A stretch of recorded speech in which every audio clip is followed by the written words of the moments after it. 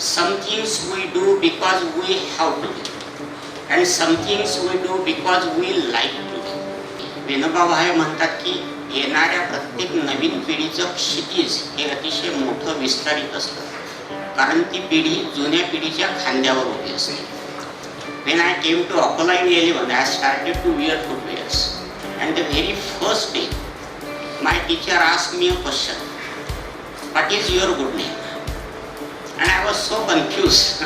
I was so at a loss because as a student I was taught to answer 3 questions regarding me: what is your name, what is your father's name, what is your surname. But what is your good name? I was so confused, and I just looked at him foolishly. and he looked at me in such a pure way. ये किस खेत की मुझे So that was my first encounter with sophisticated world. So what is Guru? Guru is only a name. Guru is only a symbol. It is the student, his dedication, his desire that makes him great. If today we remember Dronacharya, it is not for the sake of Dronacharya. We remember it for the sake of Ekalavya.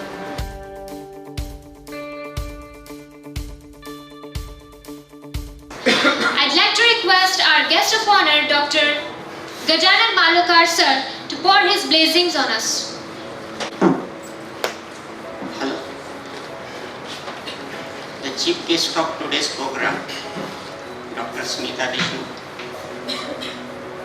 the director of Life Science, Nilesh Indira Murumkar, and my friends.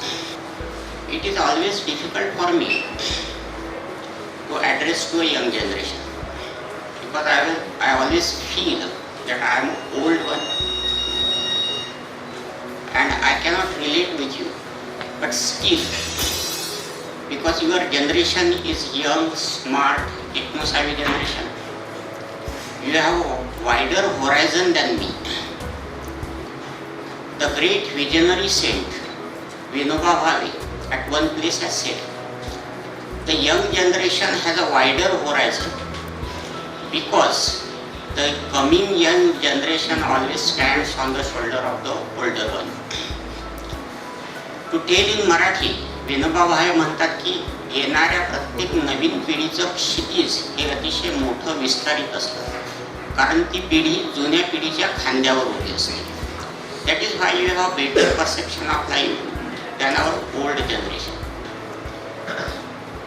How to improve your English, how to develop your personality, I think Nilesh is far better suitor and capable than me for this.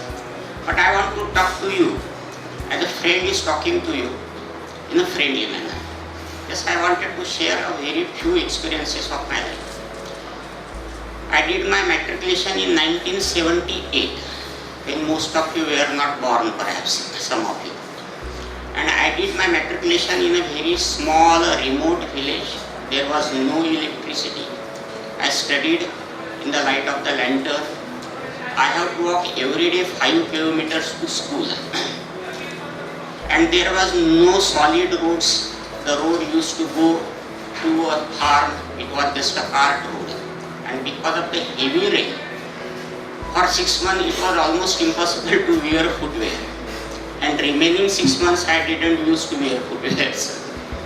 When I came to Akola in 11, I started to wear footwears. Yes, I am telling you my upbringing, my school days, etc. etc.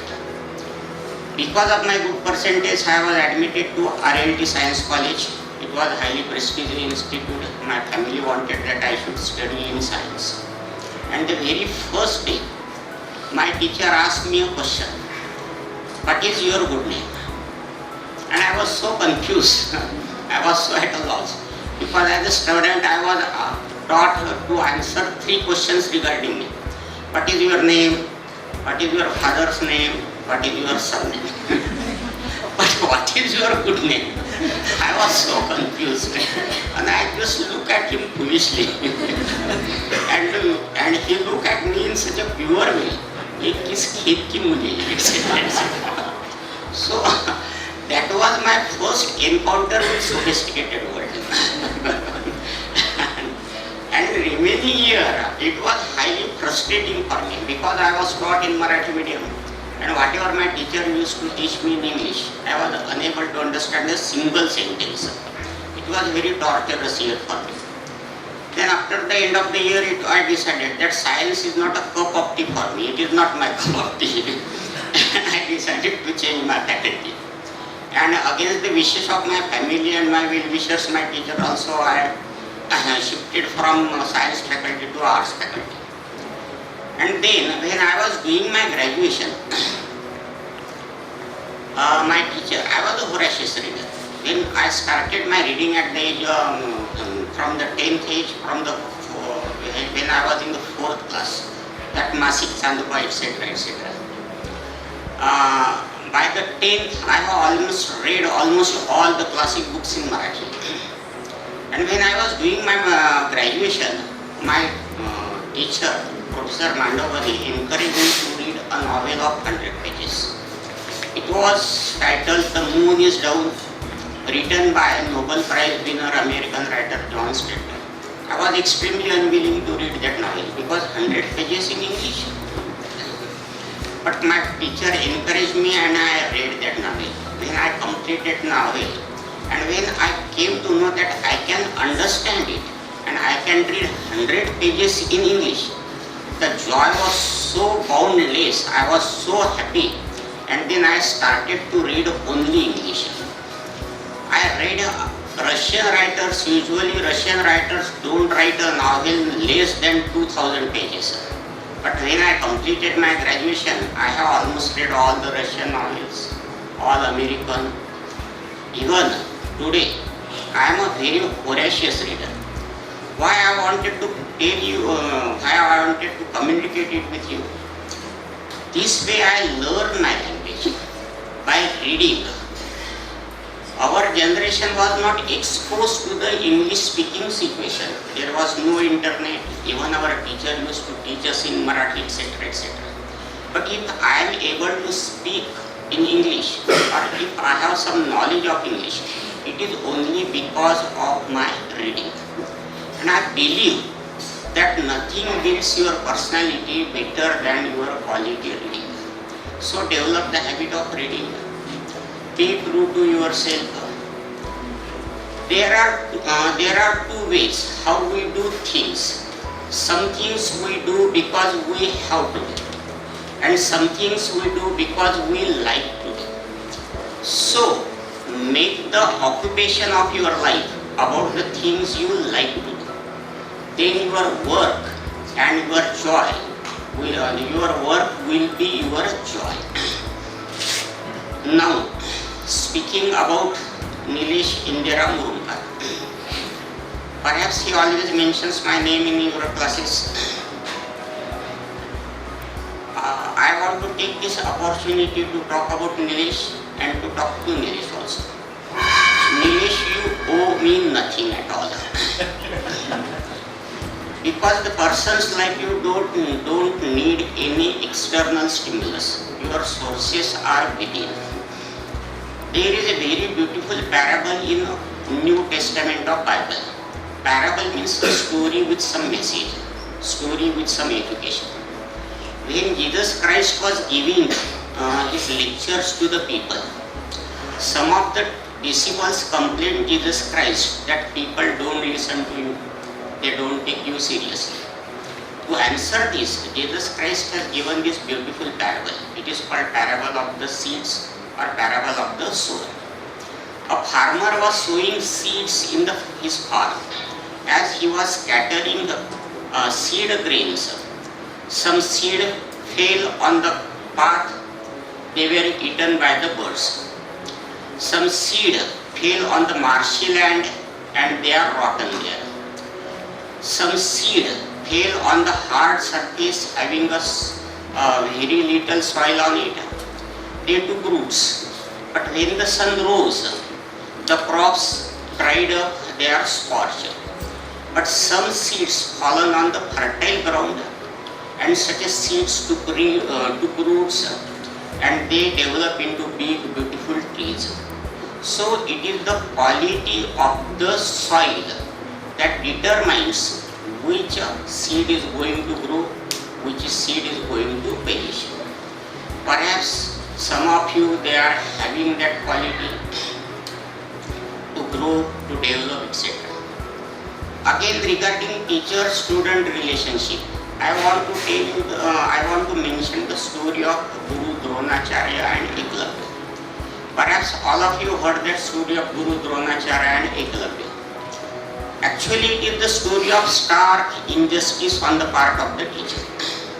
Guru Dronacharya didn't teach anything to Eklavya, but still he demanded Guru Dakshana from Eklavya. But what is the symbolic meaning of this story? Guru Dronacharya didn't teach anything to Eklavya. Actually, what Eklavya did, he made a statue of the Guru and he learned from the Guru. So what is Guru? Guru is only a name. Guru is only a symbol.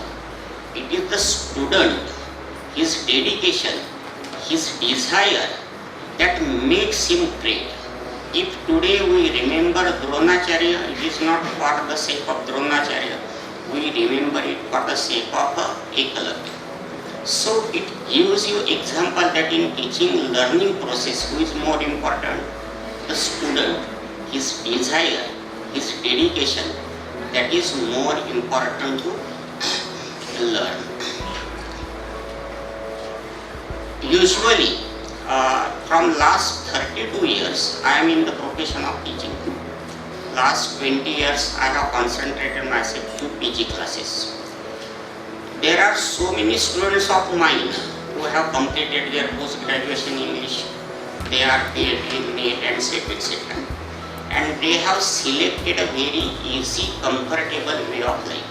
That is to give a fat donation to some institution, become a teacher, and live a healthy, live an easy, comfortable life. But there are some other people, very few people, who wanted to stretch their wings and to try to new wings.